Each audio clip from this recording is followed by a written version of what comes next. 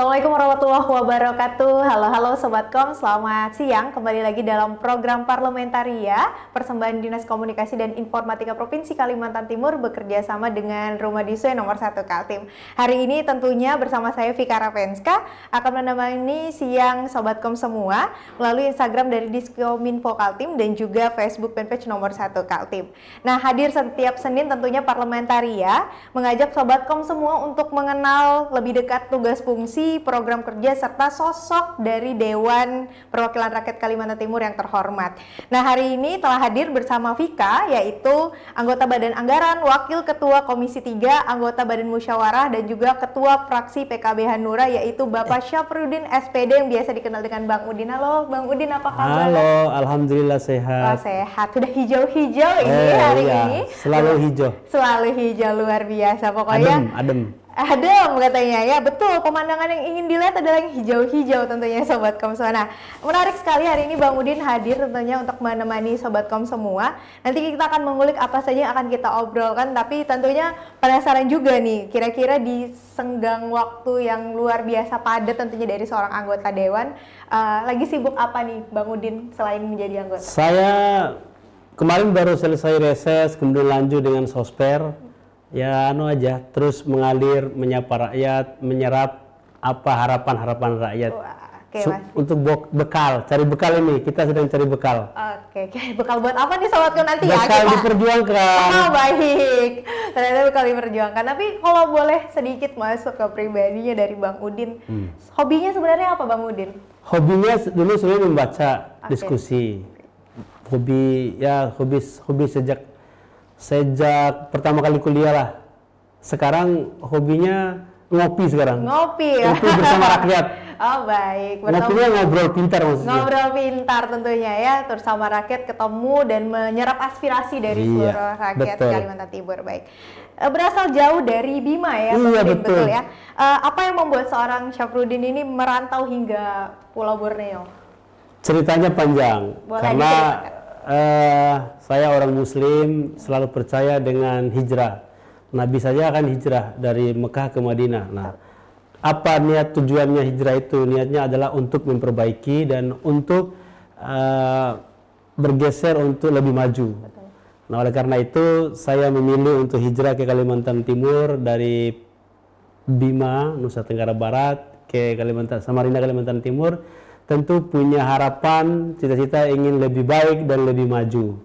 Nah, kemudian takdir memang menunjukkan jalan terbaiknya. Alhamdulillah hari ini saya memang lebih baik. Alhamdulillah terpilih menjadi perwakilan Dewan luar biasa. Pada saat itu umur berapa merantau dari Bima ke Pulau? Saya lulus SMA tahun 97. Itu bulan 7 kan kita udah musim lulusan. Jadi saya pengumuman lulus, kemudian ngurus ijazah, saya ambil ijazah. Jadi bulan 7 saya kemas-kemas untuk hijrah. Memang dulu tujuannya dua ya, kalau nggak ke Jakarta, ke Samarinda. Sudah ada nama Samarinda. Tapi karena faktor dana, karena ke Jakarta itu biayanya agak besar, nah saya maka memilih untuk hijrah ke Kalimantan Timur, Samarinda, walaupun tidak langsung ke Samarinda. Karena dulu saya bermodalkan 25.000, jadi tentu biaya transportasi nggak cukup untuk langsung ke Samarinda. Nah maka akhirnya saya memilih untuk menumpang kapal kayu dari Bima ke Banjarmasin. Nah jadi saya di tengah laut, terombang-ambing dalam tengah laut itu 3 hari 3 malam, ya karena memang nggak ada uang, nggak ada modal. Nah, makanya akhirnya saya terdamparlah di Banjarmasin, Kalimantan Selatan. Nah, sesampainya di sana, karena memang bekalnya 25.000, akhirnya ABK minta uang makan 15.000, jadi tersisa 10.000 uang saya. Aduh. Nah, akhirnya sampai di Banjarmasin, saya langsung ambil peran untuk jadi buruh dan kuli pasar, namanya Pasar 5 Banjarmasin. Kalau orang tahu Banjarmasin atau orang Banjar tahu itu Pasar 5 itu pasarnya apa? Itu pasar penjual sayur-sayuran, penjual bawang di sana. Nah, maka saya menjadi buruh bawang di sana untuk mikul bawang lah, ya kuli. Waduh, begitu ceritanya. luar biasa ya, dari bawah kemudian datang tiba di Banjarmasin, kemudian memilih rela untuk menjadi seorang kuli panggul berarti. Iya, kuli panggul, kuli pasar. Kuli pasar. Lalu apa yang kemudian Bang Udin lakukan hingga masuk mungkin perkuliahan dan lain-lain? Ya, kan dulu tujuannya ke Samarinda. Akhirnya saya nyangkut terdampar di Banjarmasin, tujuannya untuk ngumpulin duit untuk bekal ke Samarinda. Karena dulu zaman tahun 97 itu biaya bis dari Banjarmasin ke Samarinda itu 25.000. Nah, maka sedangkan uang saya kan nggak ada. Akhirnya saya sebulan saya bekerja sebagai kuli di Pasar 5 Banjarmasin. Akhirnya saya gaji dulu 7.000 per hari. Masya Allah. 7.000 per hari, saya jaga toko orang, kemudian toko jual bawang. Nah, ada pendapatan tambahan. Pendapatan tambahannya itu misalnya orang beli bawang 70 kilo, 80 kilo kan gitu. Nah, dia minta tolong dipikulkan naikkan ke atas ke lantai 2. Jadi saya pikul 70-80 kilo naik ke lantai 2. Nah, diupah 500 perak. Ya begitulah pendapatan tambahan. Akhirnya sebulan alhamdulillah terkumpul duit saya 250.000. Itulah modal saya ke Samarinda. Dan pertama kali saya ke Samarinda itu saya turun di terminal Samarinda seberang dan naik klotok dari seberang, dan pas saya masih ingat, sekarang udah dibongkar, itu ada tukang ojek depan Masjid Raya. Baik. Itu ada itu. Nah, tukang ojek itu, oleh tukang ojeknya saya disuruh bayar 1.500 diantar ke Air Hitam, karena memang tujuannya ke Air Hitam. Ada keluarga di Air Hitam, ya disitulah ceritanya. Jadi saya masih terkesan dengan tukang ojek yang ada di Masjid Raya, walaupun hari ini dibongkar itu, dibongkar. Luar biasa, berarti ternyata perjalanan yang cukup panjang akhirnya memutuskan untuk ke Samarinda, pun ada karena keluarga juga di sini, dan ada kemudian keluarga. Berkuliah di Samarinda akhirnya, Bang Udin? Ya, saya belum langsung kuliah, belum. karena saya memang niatnya ada mau ikut tentara, mau ikut calon tentara lah, kira-kira gitulah. Saya ngomong sama keluarga, saya mau jadi tentara, saya bekalnya ijazah, kira-kira gimana? Katanya coba dulu, ya coba baru tes awal, kayaknya nggak sukses, nggak berhasil, tarik. Akhirnya saya tinggal di Air Hitam itu bersama orang Buton. Saya punya bapak angkat namanya Bapak Asman, Mama Asman di sana orang Buton, jadi saya tinggal bersama beliau di situ. Walaupun ada keluarga juga. Nah, akhirnya modal menipis, habis lah kira-kira gitu kan. 97 itu ya habis uang saya 250.000. Akhirnya saya harus gimana kan, harus makan, merokok dan seterusnya kan. Akhirnya saya kerja bangunan. Saya kerja bangunan, gaji 8.000 sehari dulu. Saya bangun rumah orang, kemudian termasuk saya punya atensi untuk bangun Lembuswana itu. Saya kerja kuli di Lembuswana itu dulu saya. Ada tangannya Bang Udin. Iya. Keringat Bang Udin ada di sana. Oh iya, Lembuswana saya kulinya di situ. Ya memang ada hal-hal yang saya masih ingat. Kan saya dari Air Hitam itu, folder itu, Gang 3B kan ke Lembuswana kan jalan kaki saya. Nah, saya harus potong jalan depan STM, masuk naik gunung, turun gunung, keluar di Forvo di pembangunan. Nah, habis itu masuk menyusuri pembangunan itu kan, saya dalam hati begini dulu. Ya lihat rumah-rumah orang di Forvo pembangunan kan bagus-bagus. Saya bilang, ini orang rumahnya kok bagus, kerjanya apa orang ini gitu kan. Bisa nggak saya nanti saya punya rumah seperti ini. Nah, itu dulu hal-hal yang membuat atau membangkitkan spirit perjuangan saya. Ya sambil saya kerja, sambil ya namanya cukup kuli. Saya statusnya kuli loh, bukan tukang. Kalau tukang dulu gajinya 12.000 sampai 15.000 gajinya. Saya baru 8.000 kan sehari. Itulah perjalanan saya, akhirnya ya saya ke Muara Badak, hijrah ke Muara Badak lagi di sana, karena saya bilang ke keluarga, ini saya ini punya ijazah, Kalau saya kerja bangunan terus, ini saya akan nggak berkembang dan saya harus bergerak terus lah. Akhirnya saya hijrah ke Morabadak tahun 97 akhir menjelang 98. Sampai di Morabadak saya ketemu dengan ya orang sekampung lah di Morabadak. Saya disuruh masuk ke Empang, ke Tambak. Kalau Tambak, Tambak itu kan Empang. Nah, saya suruh tinggal di sana, jaga empang orang, dan di sana itu saya jaga empang, tapi sambil jaga empang saya kerja juga, kerja untuk kalau bahasa orang sana itu bersihkan temposo namanya. Temposo itu gundukan yang besar. Bukan semut. Ya, temposo namanya itu. Jadi bersihkan temposo di tengah empang itu gajinya 25.000 sehari. Nah dari situlah saya terus berjuang, gitu kan. Ya memang saya karena niatnya ingin maju, saya harus kerja keras. Akhirnya terus berjalan, saya di Empang. Ya memang tantangannya sederhana. Ini saya masih remaja ya, masih anak muda yang harusnya di tengah keramaian. Tapi saya harus menghadapi kenyataan hidup di Empang. Yang kalau saya belok lihat kiri lihat kanan nggak ada pemandangan, yang ada itu los aja. Tapi saya dalam hati ini perjuangan yang harus saya jalani. Ya mudah-mudahan nanti Tuhan melihat dan menjawab apa yang saya kerjakan, dan tentu juga saya berdoa juga. Betul. Nah akhirnya saya oleh yang punya Empang itu saya disuruh melamar pekerjaan.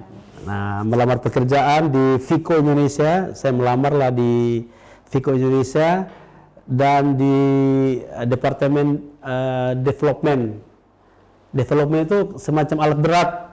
Nah, akhirnya saya ya kurang lebih 6 bulan lah saya di Empang, saya melamar dan alhamdulillah dapat panggilan. Kerjalah saya di Vico Indonesia, Departemen Tadi. Ya, parking area lah. Okay. Nah, jadi berjalan, tapi enggak berserang lama karena ternyata harus ada backing sih. Ya, saya hanya kerja setahun lebih lah. Jabatan saya helper. Helper itu tahu nggak apa helper? Membantu. Kernet. Oh, kernet di sana ya. Saya kira memang di bagian lapangan yang untuk membantu ini. Oh. Akhirnya setelah saya tahun 2000 saya, 99 tahun 2000 saya baru kuliah. Oh, oke, Bapak. Nah, saya daftar kuliah di Mula Warman. Saya juga nggak tahu dulu maunya kuliah dulu lah, yang penting kuliah gitu kan.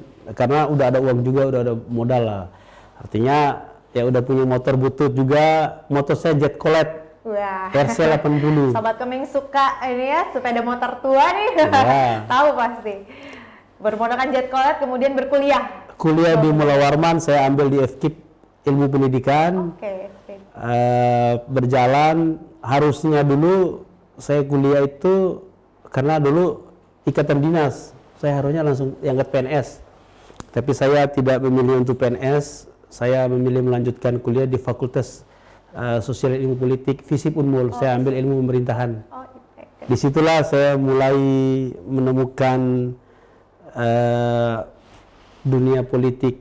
Ya memang saya agak sedikit aktif dibanding yang lain karena saya semester 2 pun saya udah rajin demo dulu ketika itu. Ternyata pendemo yang sekarang menjadi anggota dewan nih Bang Udin.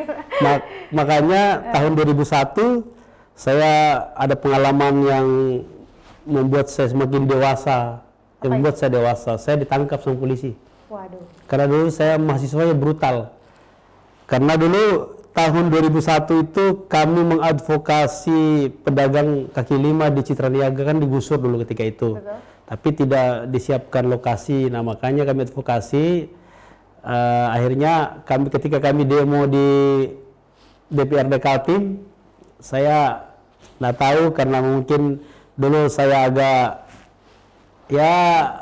keras gitu kan. Nah, saya dulu mukulin kaca DPRD pecah, ditangkap saya 9 hari di sel. Wah, insya Allah.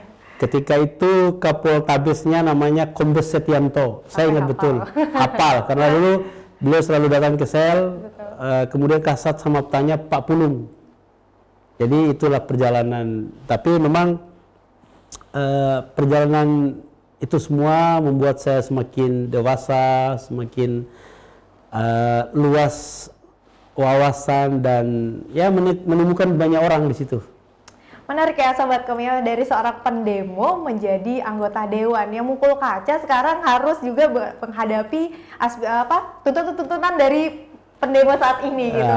Mungkin hal menarik dari latar belakang yang kemudian berbalik ini apa Bang Udin? Apa yang dirasakan pada saat Bang Udin melihat para mahasiswa kemudian mensuarakan aspirasinya? Ya biasa, karena memang saya basicnya adalah aktivis mahasiswa, anak jalanan yang melihat dinamika gerakan mahasiswa itu biasa saja gitu kan. Karena memang tugas mahasiswa itu adalah menjadi agent of change, agent of control, agen perubahan, agen kontrol. Sejarah Indonesia ini jelas dari Orde Lama, 66, 98, Orde Baru, itu kan yang memotori gerakan itu kan mahasiswa. Kenapa? Karena memang mahasiswa itu modalnya adalah kekuatan moral.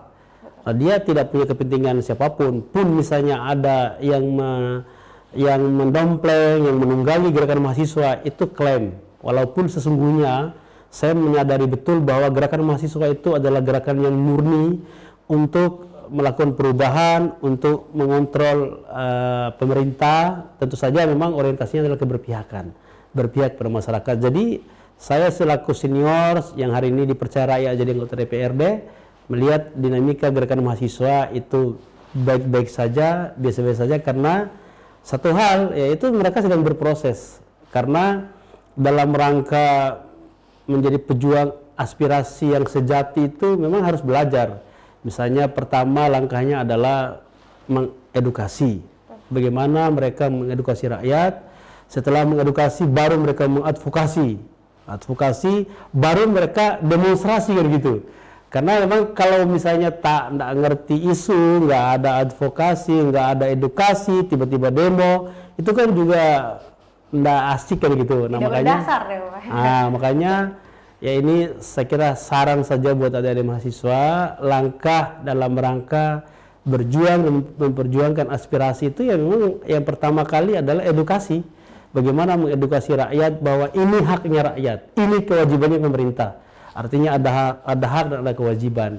Ketika misalnya rakyat tidak mendapatkan haknya, ya salah cara adalah melawan gitu kan. Nah, itu yang harus dilakukan advokasi.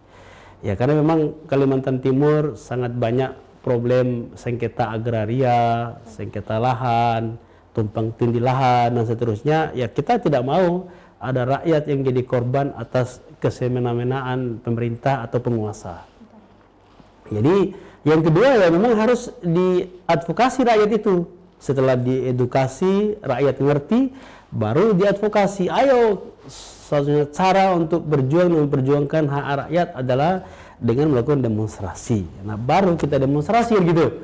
Nah, itu aja saya kira yang menjadi pesan buat adik-adik mahasiswa gerakan yang ya saya selalu terbuka sebagai senior, sebagai anggota DPRD, bahkan ya kita juga sedikit kecewa kalau misalnya adik-adik itu demonstrasi di kantor DPRD, kita layani, kita hadapi, kita temui, tapi nggak mau juga diskusi gitu. Jadi saya juga bingung. Begitu Mbak. Oke, jadi ingat ya Sobat Kom nih, khususnya mahasiswa-mahasiswa yang suka mengaspirasikan suara-suara dari rakyat nih, harus punya biar lah Pak ya, punya sopan santun juga di dalam mengaspirasikan. Nah, ini masih makin seru perbincangan bersama Bang Udin. Nanti kita akan lihat bagaimana juga seorang aktivis ini yang kemarin pada saat itu juga membesarkan PKB di Kalimantan Timur yang mungkin bisa dibilang belum banyak dapat sorotan pada saat Bang Udin ya.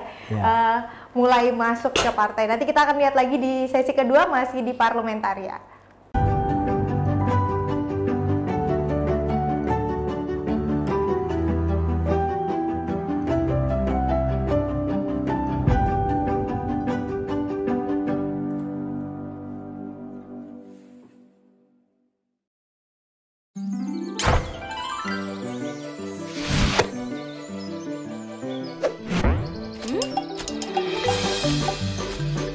Oh?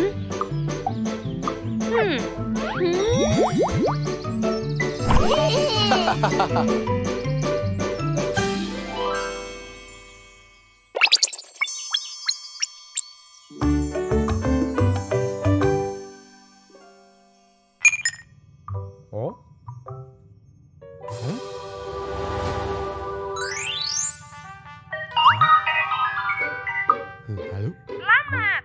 Anda adalah pemenang untuk hadiah mobil senilai 200 juta. Wah, yang benar. Benar, tapi Bapak mesti bayar pajak di muka. Waduh, berapa? Cuma 2 juta saja. Bu, sini Bu. Ada apa, Pak? Aduh, Wajah Bapak bahagia sekali. Aduh, Gemes aku. Bu, Bapak ada kejutan. Hah? Kejutan apa, Pak? Bapak dapat hadiah mobil. Bapak jangan mengada-ada ah. Enggak, Bu. Kayaknya ada yang seru nih. Bapakmu dapat hadiah mobil. Wah, serius, Bu? Hehehe. Iya. Wah, kita bakal punya mobil, Pak. Wah, bisa buat antar aku ke sekolah ya, Pak.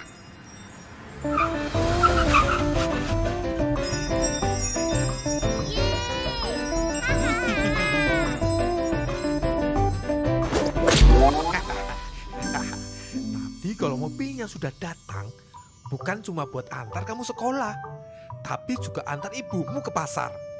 Sesekali Bapak pingin bikin ibu senang. Alah, ibu ke pasar jalan kaki saja.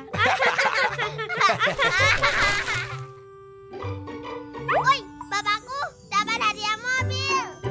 Wah, hadiah mobil. Yang benar. Siapa yang dapat mobil? Pak Jaya, Kak. Masa? Paling tipu-tipu? Hah, tipu-tipu? Iya, modus penipuan. Hoax. Lagi marak yang begitu. Wah, gawat kalau bapakku ketipu. Bapak kayaknya ketipu deh. Hoax itu, Pak. Hoax? Pak Jaya yakin dapat hadiah. Jangan-jangan cuma kabar bohong. Kena scamming itu. Modus buat menipu Pak Jaya. Aku cek websitenya aja abal-abal. Mereka menyebarkan berita palsu. Hati-hati Pak Jaya. Lah, jadi Bapak nggak dapat hadiah mobil? Waduh, Bapak sudah kadung transfer ya? belum sih Bu. Mana ada Bapak duit segitu? Bapak itu gampang percaya, mudah kena tipu. Lain kali diteliti lagi ya. Iya ya Bu, iya. Aduh. Ya, nggak jadi dapat mobil dong. Hehe, sepertinya begitu.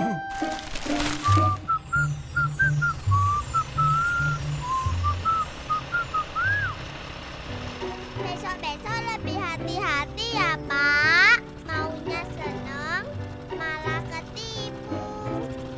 Ngomong-ngomong, Bapak kalau dapat hadiah sungguhan, mau dibeliin apa? Hehehe, iya. Mau Bapak beliin kerupuk biar dapat banyak, biar semua kebagian. Biar tambah rame ya, Pak. Beli getuk di pasar baru. Makanya pakai siomay. Biar bapakku bonceng cuma naik motor butut, rasanya kayak naik bajai. Burung derkuku, burung kutilang.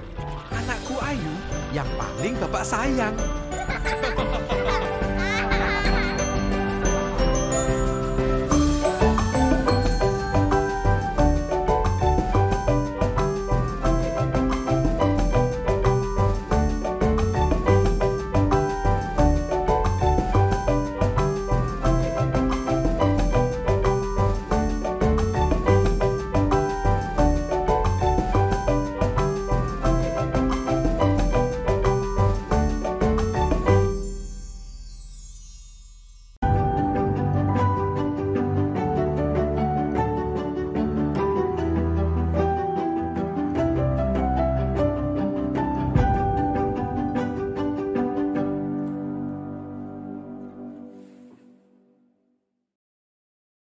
Ya Sobat Kom, kembali di segmen terakhir dari Parlementaria, masih bersama Bang Udin. Di sini luar biasa loh ya. Kita sudah berbincang tadi bagaimana perjalanan beliau hingga sampai di Kalimantan Timur, merantau dari Bima dan kemudian menjadi bagian dari tentunya perjalanan politik beliau sendiri di Kalimantan Timur hingga menjadi seorang anggota dewan. Tapi yang menarik adalah pada saat itu Bang Udin, PKB mungkin masih belum memiliki posisi tawar yang cukup tinggi ya di Kalimantan Timur. Bagaimana kemudian Bang Udin membawa partai PKB ini hingga menjadi besar? Ya memang 2008 itu terjadi transisi yang signifikan ya, karena memang PKB itu sebenarnya, saya di PKB itu bukan orang penting sebenarnya. Karena saya setelah paripurna menjadi Ketua Umum Pergerakan Mahasiswa Islam Indonesia Kota Samarinda, saya ditawari masuk PKB, akhirnya saya masuk PKB. Nah, posisi awal saya di PKB itu hanya sebagai wakil sekretaris DPC PKB Samarinda. Dan saya sebagai Ketua Gerakan Pemuda Kebangkitan Bangsa Kota Samarinda. Jadi Ketua Gerakan Bangsa saya ini, jabatannya nggak begitu signifikan atau nggak strategis lah. Nah, perjalanannya 2008 itu ada dinamika internal, ya nggak ngerti lah, karena kita orang bawahan, prajurit dan kader.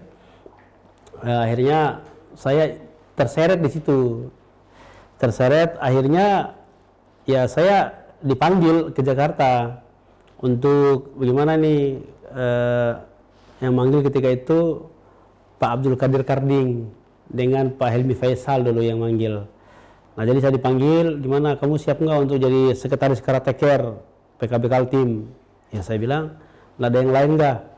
Udah semua ditelepon katanya nggak ada yang mau, karena kamu ini pengurus. Akhirnya kita tanya kamu, ya saya jawab, ya kalau ini perintah saya laksanakan. Akhirnya saya dapat mandat jadi sekretaris Karateker PKB Kalimantan Timur 2008. Ketua PKB Kaltimnya itu Pak Baharudin Asodi namanya. Akhirnya saya pulang ke Kaltim, saya bawa SK, saya konsolidasi. Memang saya tidak laku lah, konsolidasinya nggak ada orang yang mau ikut PKB, karena PKB-nya ya siapa saya hanya mantan aktivis mahasiswa yang tidak punya latar belakang pengusaha, jam terbang politik yang masih standar.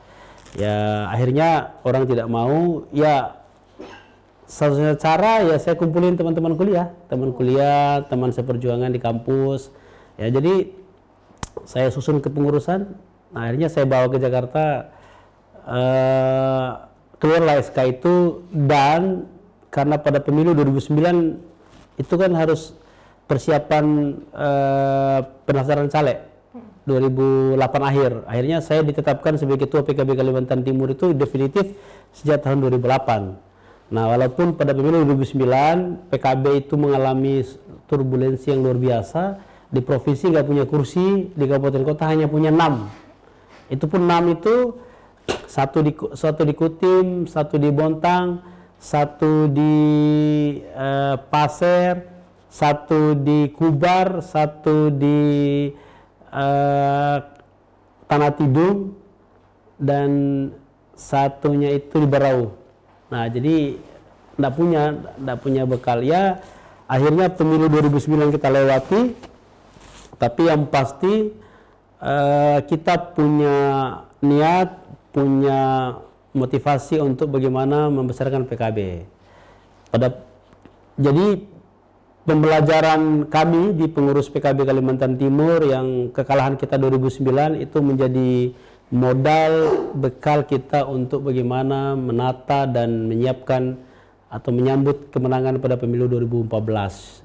Akhirnya ketika pemilu 2014 PKB itu mampu merubah keadaan dari 0 kursi di DPR provinsi menjadi langsung 5 kursi. Wah, luar biasa. 5 kursi. Dari rasa-rasanya dulu semua dapil kita terisi. Bahkan dapil Kalimantan, dulu Kaltara belum bisa, masih ikut kita. Akhirnya kita dapat 5 kursi di DPR Kaltim. Ya memang apa yang kita kerjakan, kita kita mengerjakan hal-hal yang sederhana. Apa ya, bagaimana menampilkan politik yang santun, yang ramah, yang dengan modal dan bekal yang pas-pasan, kita bisa bekerja secara hemat. Ya, memang ketika itu semua caleg itu kekuatannya standar. Dan begitulah kira-kira 2014 kita langsung dapat 5 kursi kan gitu. Luar biasa. Dari tidak ada kursi menjadi 5 kursi ya, hadir untuk PKB di kancah perpolitikan di Kalimantan Timur. Luar biasa sekali. Mungkin ini adalah satu bentuk juga dari kegigihan masa mudanya dari Bang Udin nih ya. Jadi hingga juga memberikan banyak value-value ke rekan-rekan PKB sehingga juga bisa naik bersama nih gitu. Tapi menyoroti lagi Bang Udin sebagai bagian juga dari Komisi 3 DPRD Provinsi Kalimantan Timur, yaitu Wakil Ketua Bang Udin ya. Wakil Ketua. Program apa yang sedang berjalan ataupun akan dilakukan Komisi 3 khusus ke depan? Ya, sebenarnya program kita ya jelas bagaimana menuntaskan infrastruktur di Kalimantan Timur, bagaimana mendorong agar pelaku-pelaku tambang ilegal itu segera selesai, dan bagaimana perencanaan pembangunan di Kalimantan Timur ini sesuai harapan dan sesuai yang tertuang dalam visi misi Pak Isran Nur yang tertuang dan diturunkan dalam RPJMD dan kemudian diturunkan kepada RKPD. Itu tugas kita, karena memang Komisi 3 itu adalah komisi yang mitra kerjanya Bapeda, PUPR, ESDM, Balitbangda, dan Kehutanan Perhubungan.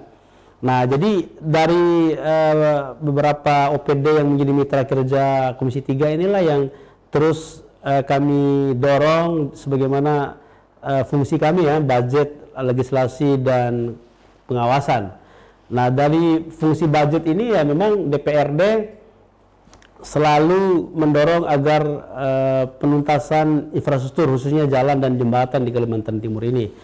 Walaupun sampai hari ini jalan yang menjadi kewenangan pemerintah provinsi itu udah bergeser di angka 70%, baik kayak gitu. Karena di Kalimantan Timur ini kenapa jalan-jalannya masih dikeluhkan oleh rakyat? Karena memang ada pembagian kewenangan dalam hal pembangunan jalan. Ada jalannya pusat, jalannya provinsi, dan jalannya kabupaten kota. Sebenarnya kalau jalannya provinsi itu sudah selesai, udah hampir selesai lah, udah 70%. Yang jadi soal hari ini kan jalannya pusat. Nah, ini saya kira ini yang menjadi catatan buat saya, karena insya Allah saya akan melanjutkan pengabdian dan perjuangan ke DPR RI. Ini menjadi catatan buat saya ke depan. Oke, berarti ini masih, ini nih sebenarnya yang tadi disimpan-simpan tapi akhirnya sudah terkeluar dari mulut dari Bang Udin sendiri bahwa nanti akan ada rencana ke depan untuk naik ke DPR RI ya. Luar biasa. Tapi mungkin sebelum nanti kita membahas ke arah sana, Bang Udin, boleh Pika penasaran juga, adakah permasalahan yang sedang disoroti oleh Bang Udin sebagai wakil ketua Komisi 3 dan juga ketua investigasi tambang saat ini? Karena memang persoalan pertamaan ini kan cukup sangat mengkhawatirkan atau juga bikin deg-degan para anggota dewan ya, karena memang sangat kental urusannya di Kalimantan Timur pada khususnya gitu. Apa yang sedang disoroti? Sekarang lembaga DPRD itu menugaskan kepada saya untuk memimpin pansus investigasi pertambangan yang lokus dan fokus kerjanya ada 3. Yang pertama adalah terkait dengan 21 IUP asli tapi palsu,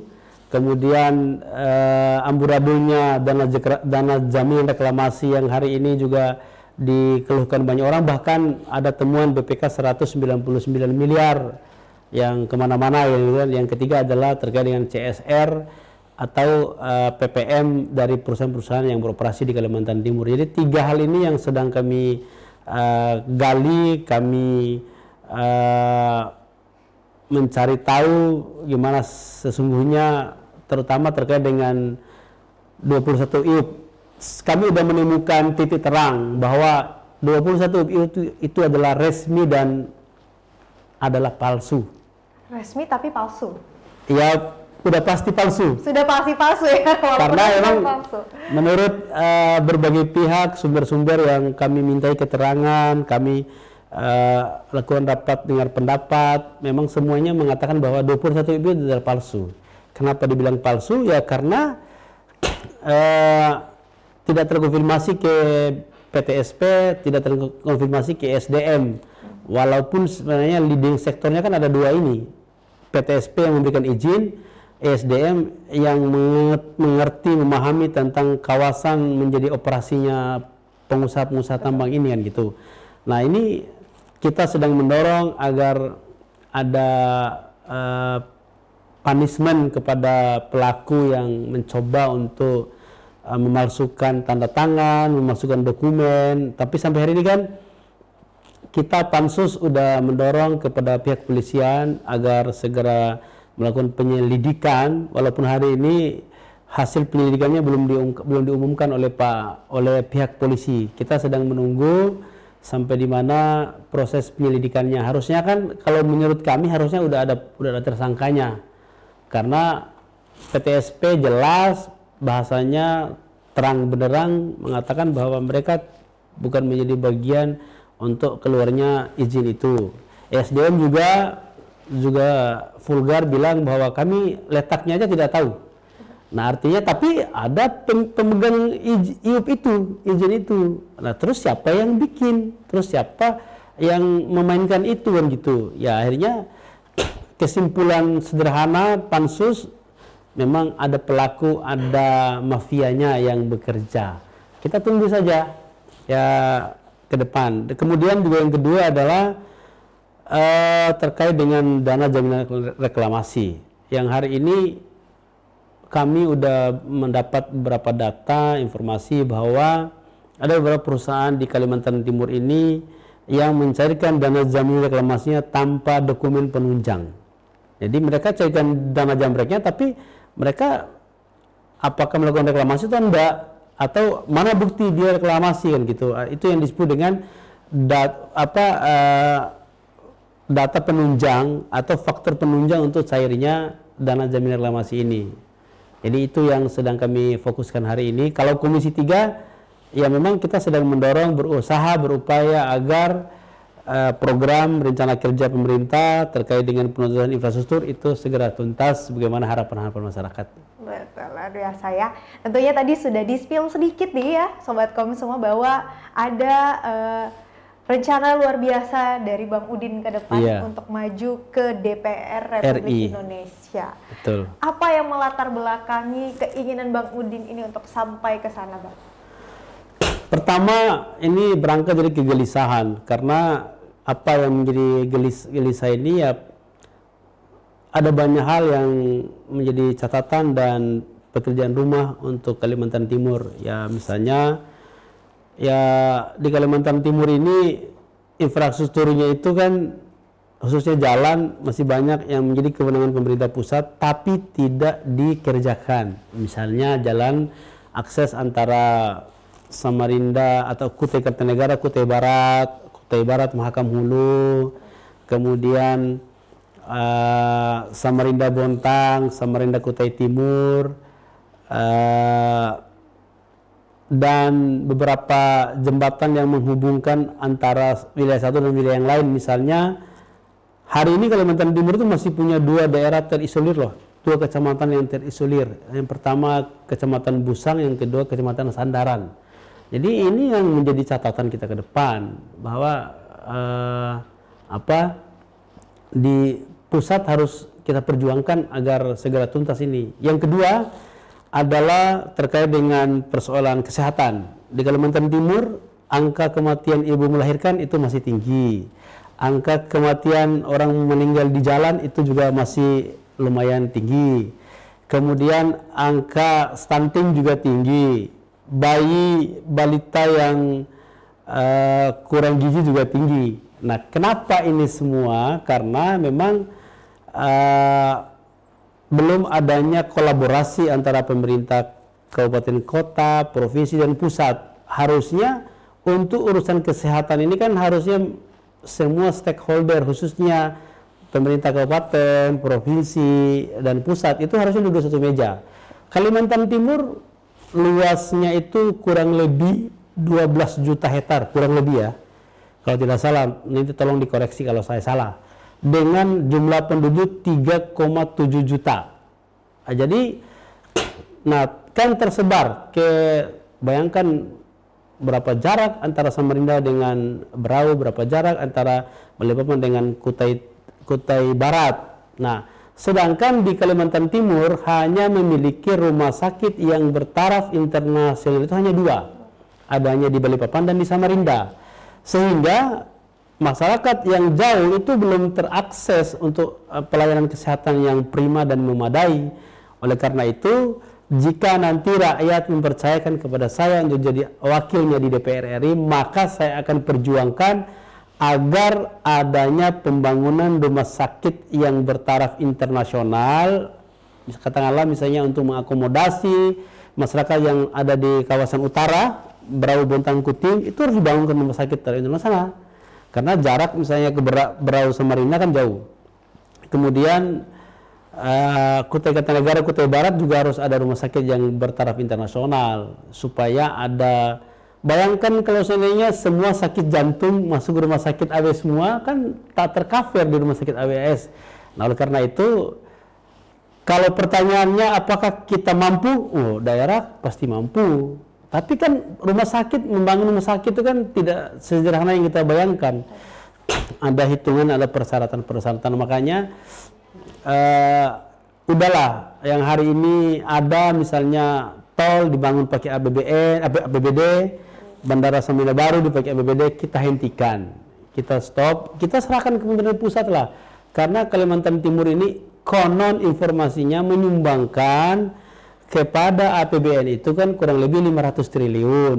Yang kembali kan tidak nyampe 50 triliun dari apa yang disetorkan ke pusat. Nah, harusnya ini yang harus menjadi isu dan agenda-agenda perjuangan ketika memang ke depan saya berada di Senayan.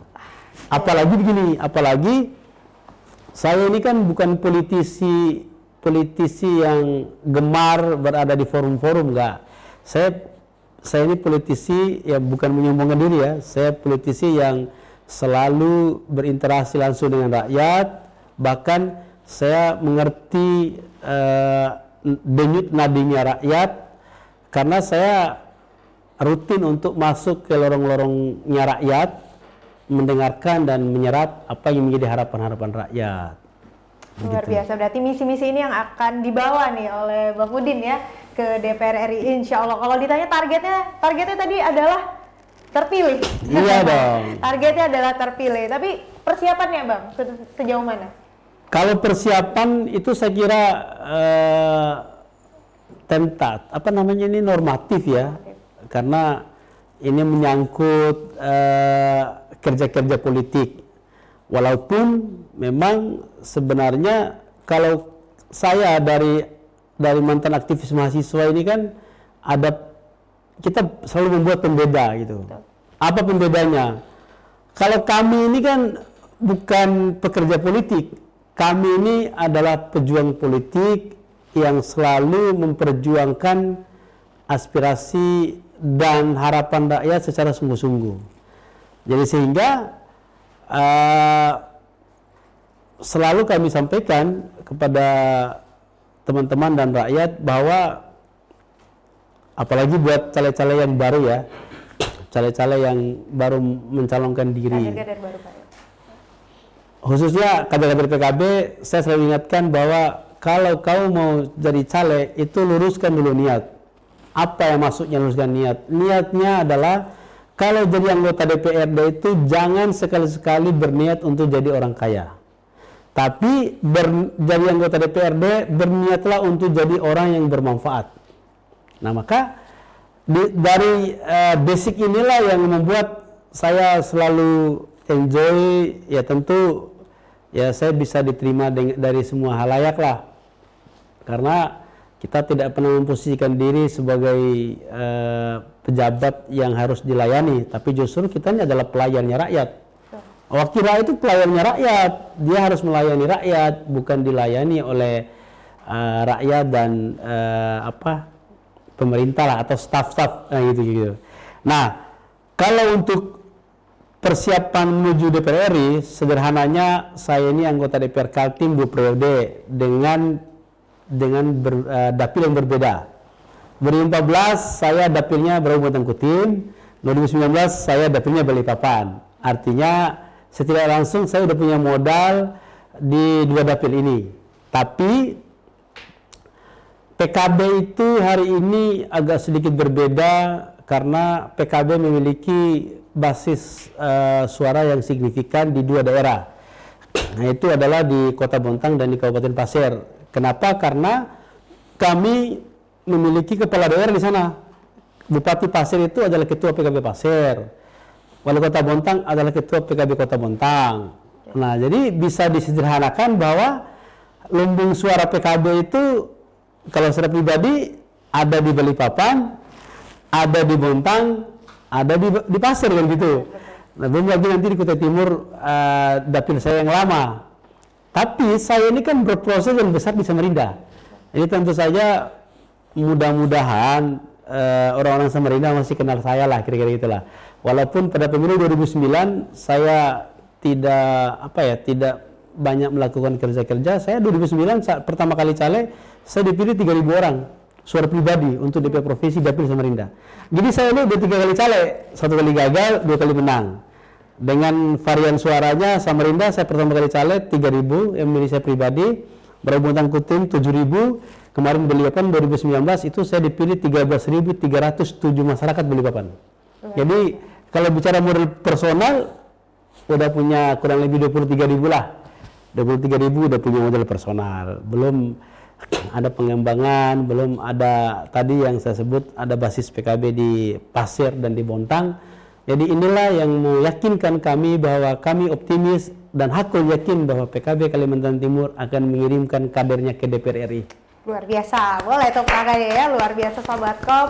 Semoga tentunya misi ini akan tercapai. Amin. Dan berhasil untuk terpilih menjadi keterwakilan DPR RI seperti yang Bang Udin sampaikan bahwa banyak persoalan, banyak keresahan yang harus juga kita angkat hingga DPR RI ya, agar memang kehidupan dari masyarakat Kalimantan Timur khususnya itu akan semakin berkembang seperti yang disebutkan tadi. Gimana kalau mau menghasilkan SDM unggul kalau misalnya kesehatannya terganggu, akses dan lain-lain juga masih terhambat dan lain-lain. Wah, luar biasa. Semoga tentunya segala niat tulus dan juga usaha yang sedang dilakukan Bang Udin terlaksana dengan lancar dan juga terpilih nanti menjadi sebagai DPR RI. Amin. Mungkin terakhir Bang Udin yang bisa disampaikan nih untuk Sobatkom maupun kader-kader PKB ataupun caleg-caleg muda yang ingin menjadi anggota dewan ke depan nih, apa yang mau Bang Udin sampaikan? Ya, saya hanya sederhana menyampaikan pesan kepada tidak hanya politisi PKB ya, tapi kepada semua politisi. Tadi pertama luruskan niat,